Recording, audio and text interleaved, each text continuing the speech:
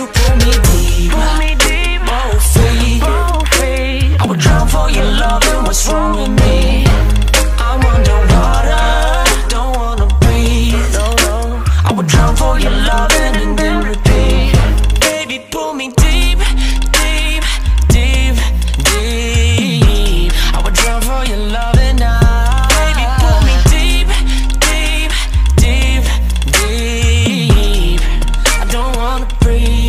Yeah, yeah, yeah, yeah, yeah, yeah, yeah. I would drown for your love.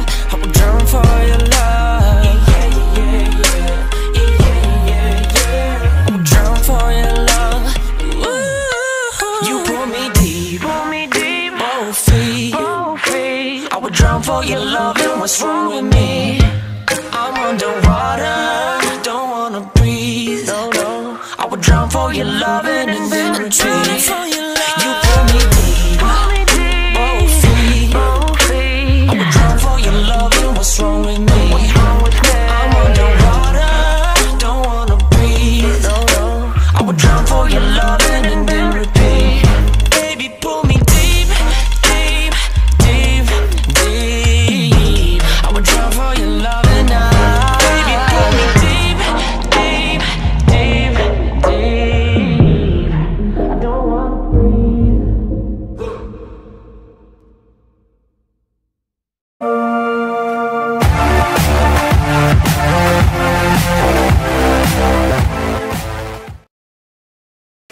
So, I'm back with this new topic which came into my attention about social anxiety.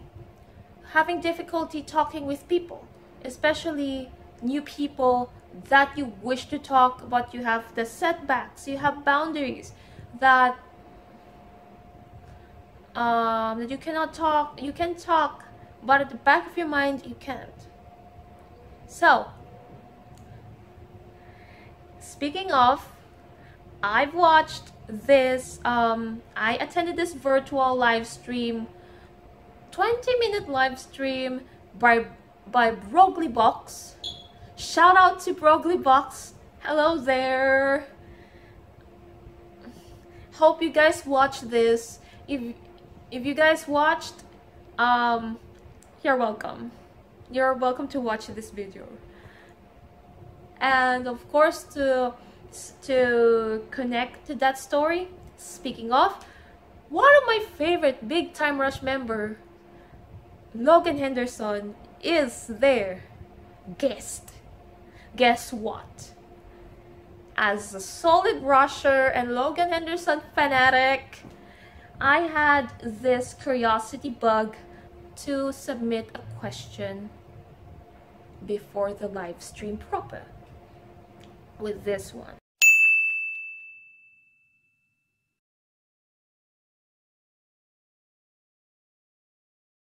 And that was addressed as the last question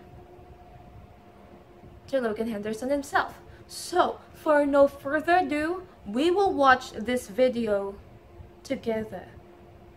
Was they're dealing with like social anxiety, and they're nervous to meet new people, and just want to see if you have any tips for overcoming fear. So you've done a lot of things in your life that have been new and maybe scary, and like you had some fear. So do you have any like quick tips or any just advice on like overcoming fear or obstacles? Yeah, it still happens all the time. I'm scared. You know, sometimes it is just one of those things where it's like, I don't want to go out, I don't want to mess with it. So quarantine can I guess can be helpful with that, but no, it is important to go out. Honestly, the best way that I've come to find out more about myself is to just go through it. Sometimes it's hard, but little by little, I think if you challenge yourself and you get yourself out of your comfort zone, that's when you really do the most growing. And most of the time you figure out things are not as scary as they seem. And also, like I said, a lot of people have gone through the same stuff, are going through the same stuff. So that's something that you can relate on, and it's something that I think moves everybody in a forward motion. Yeah. Yeah. That's pretty nice. I like that. I think sometimes just working through something, and then you realize like, whoa, I did that. That was really cool. It can be hard, but understanding, hey, I'm uncomfortable in this situation. I feel it, and how do I use it, and how do I keep on moving forward? I think as long as you are taking the steps necessary and you're not shutting yourself off, that's always a good thing. Yeah, even if it's baby steps to begin with, as long as you're moving forward, if it's incrementally, then at least you're moving forward. Absolutely. All right, so now we're going to do something. That was really a blessing to me. As a big fan of Logan Henderson, I was really touched by that answer that he shared. And he didn't only answer that question. He also shared his live stream, in his live stream with thebrogliebox, about the weaknesses as a person, especially when you're overloaded and when you have when you're having meltdowns and emotional stress. He already shared that. He shared that also, in which everybody who watched that live stream resonated, has been touched and felt kind of relieved from both studying in a special school and a mainstream school. It was really kind of a shocking moment. I wasn't talkative at that time, and I don't talk much. I spoke just one word, and I don't even speak a word in Filipino. I was used to be a nonverbal autistic. I just talk just yes or no. I just repeat what somebody said in English. And when I was being scolded or reprimanded, I wasn't able to fight back. Until high school, third year high school, I was able to speak up, little by little. And that continued in college, that I wasn't socially strong enough because of the differences in the environment in special school and in the mainstream school in college. I just love, I just love to talk with people by greeting them every day, every day. Every time I see my classmates, I greeted them. Well, that's one of my main habits since high school. Since grade school. Since I've learned that in my special school, to greet people, because with that, people will remember you. People will remember you as a ray of sunshine. Since most of us in the morning are stressed, we really need an encouragement, of course, by greeting them. I guess this is a basic way to talk with them, to socialize with them, by greeting them. Short talks. I've learned that short talks since grade school. And I began to expand that in high school. And it was really complicating sometimes because people would not understand you. And people would find fault in that. Especially people who do not understand autism, do not understand someone who has autism. Of course, really, it was embarrassing for my part since I have autism. And of course, I could not change for them and I could not please them. But I said to myself, if people would not treat me as a best friend or a friend, then just at least respect us people with autism, that we are very curious and sociable, and we're talkative, and we're really open-minded that demanded transparency and honesty and straightforward. I mean, let's face it, you do not want to pretend that you're fine. At one point, I pretended to be fine, but deep down inside, I wasn't okay. Because I don't want to disappoint people around me. But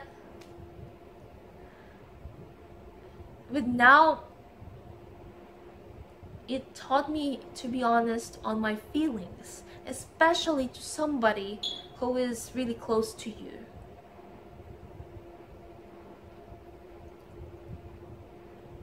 It's really the best advice. You have to be very, very, very, very open. Open up. I'm really good at that at one point. And my tooth is freaking hurt.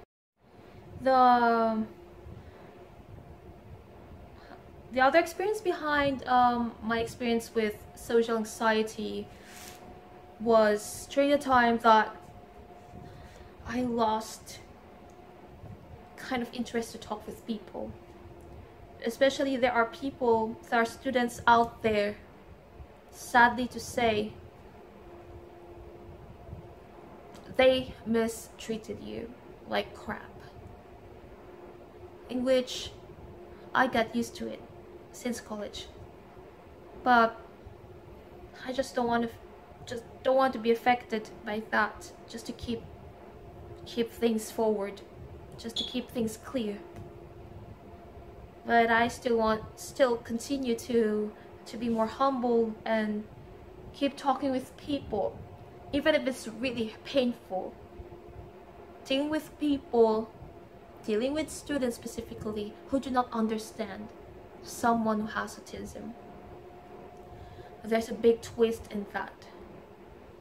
During the time I returned college, after 2 years of gap year, I came to address autism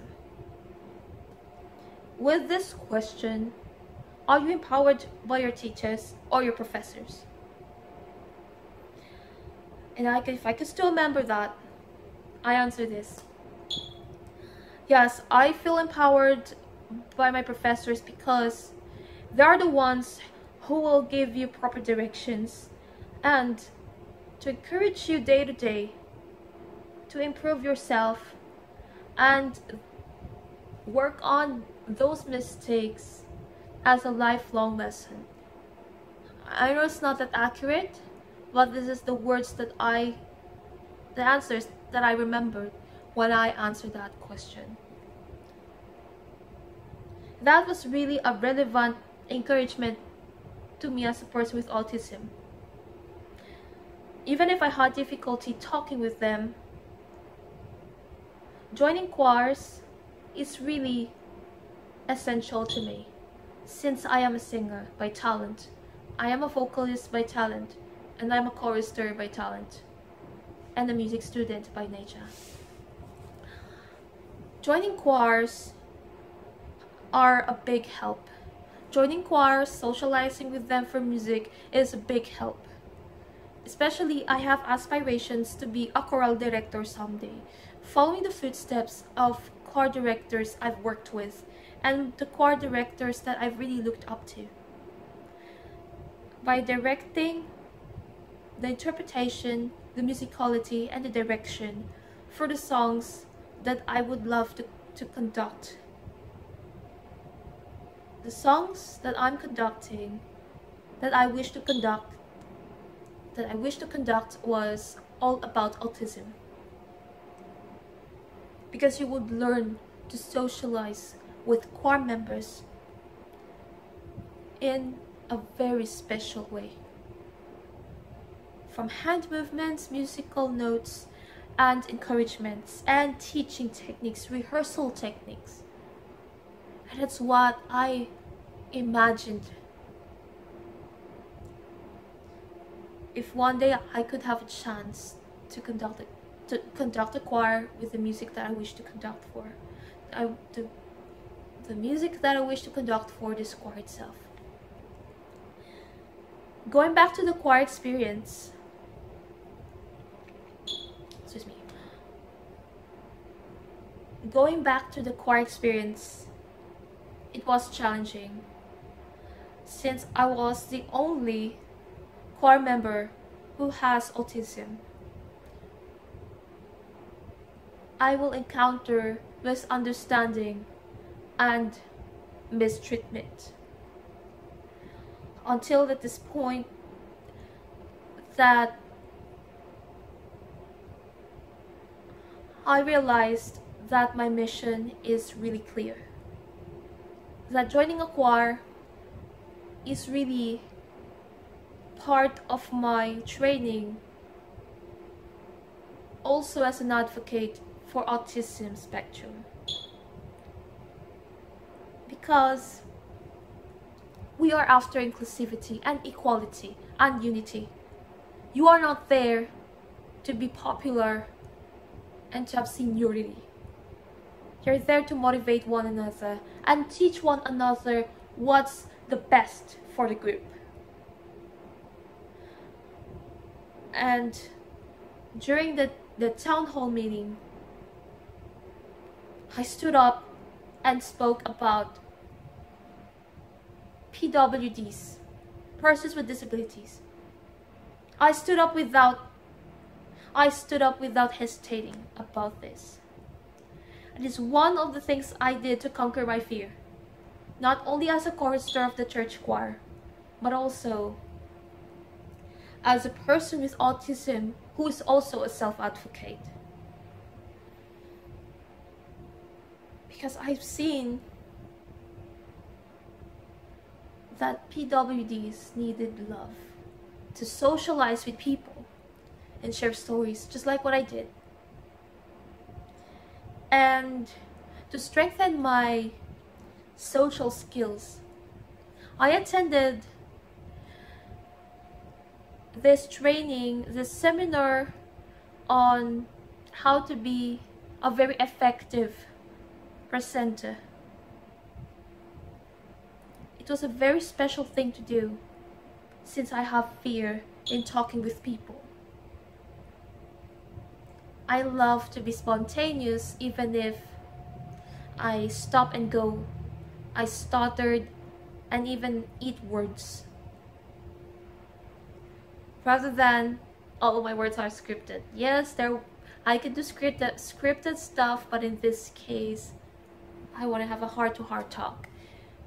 I apologize for this stop and go and me adding I was just deep thinking at the same time. But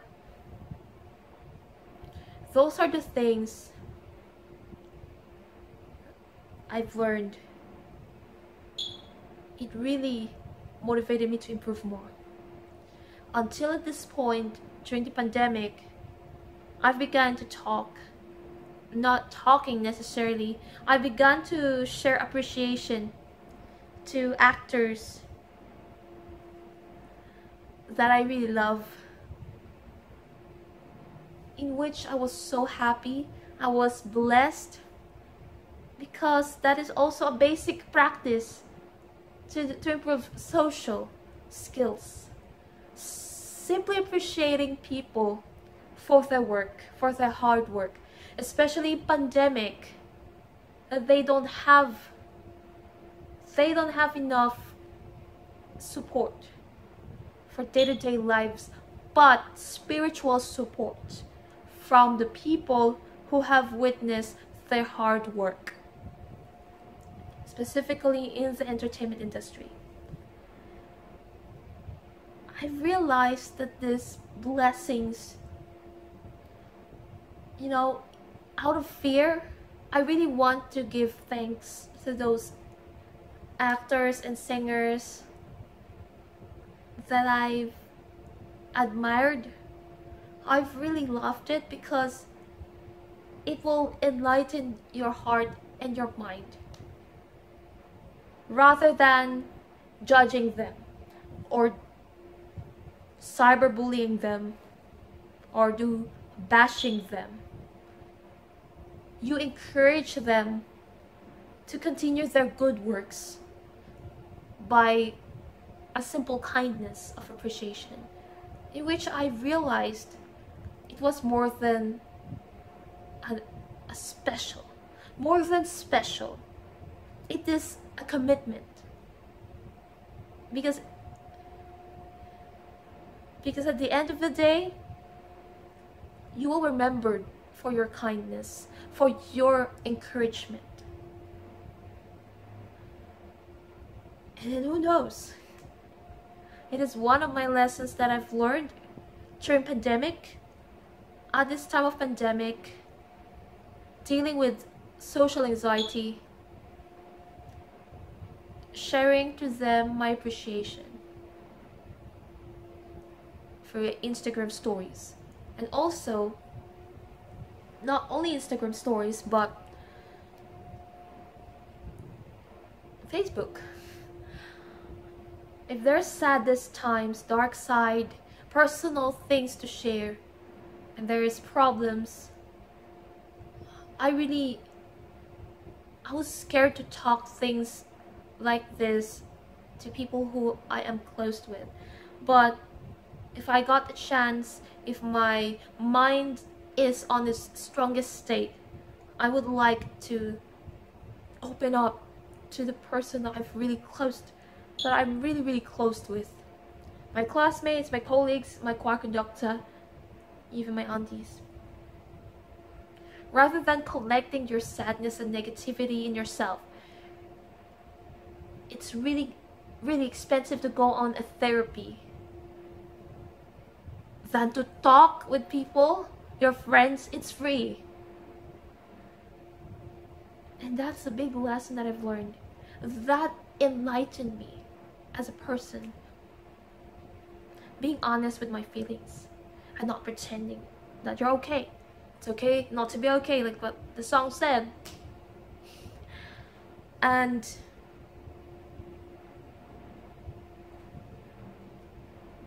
that's it for my personal sharing.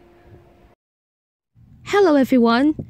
If you all learned something special in this video blog series, feel free to put up a thumbs up, comment and subscribe to my YouTube channel for more Autism and Me video blog series. And with all of that, with appreciation and encouragement for your comments, it will help me a lot to improve for this upcoming video blogs that is offered for all of you for this Autism and Me video blog series. Just always remember, mental health and wellness are important and essential to our everyday lives. Don't be afraid to ask help if you're feeling unwell in this time of stressful times. Yes, we've all been there. But remember, time will come that we will get this passed by with a simple encouragement and kindness, virtually and in person and in spirit. Again, this is Vel Barya, now signing off, and this video blog is adjourned until the next one.